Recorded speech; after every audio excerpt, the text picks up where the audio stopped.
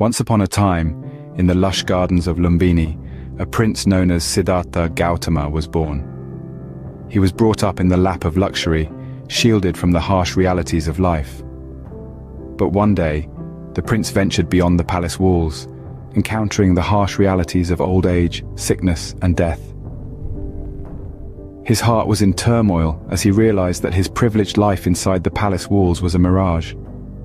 Siddhartha's encounter with suffering ignited a spark within him.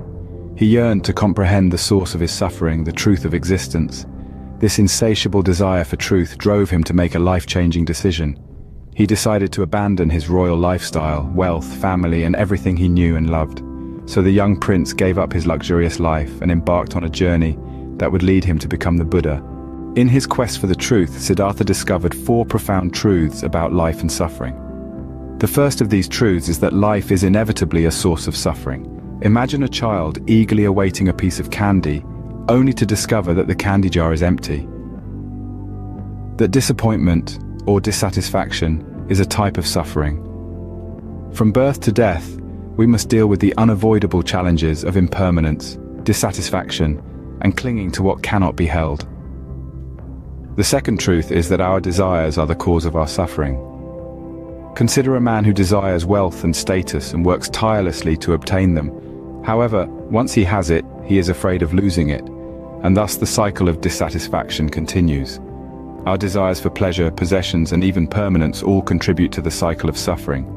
The third truth offers hope. It declares the end of suffering, a state of liberation known as Nirvana. Consider a tranquil lake, its surface unaffected by wind or rain. This is Nirvana, where peace and wisdom reign supreme, free from the turbulent waters of desire and attachment. The fourth and last truth is that the Eightfold Path leads to liberation. Consider a traveler who becomes lost in a forest and discovers a map indicating the way out. The Eightfold Path, which includes the principles of right views, intention, speech, action, livelihood, effort, mindfulness, and concentration, serves as that map. These truths form the basis for the Buddha's teachings, offering a way out of the cycle of suffering. How does one travel the path to liberation? The Buddha provided a practical guide known as the Eightfold Path. This path is not a straight line, but rather a harmonious interweaving of 8 elements that lead to liberation. Firstly, there is the right view. This is how we interpret the 4 Noble Truths. It is similar to how a doctor diagnoses a disease. We need to understand the facts of our situation. The next thing to do is to make the right intention. This requires a dedication to cultivating the proper attitudes, renunciation, goodwill, and harmlessness. Consider the patient's willingness to follow the doctor's orders. The third category includes right speech. This is speaking in an honest, harmonious, and kindly manner.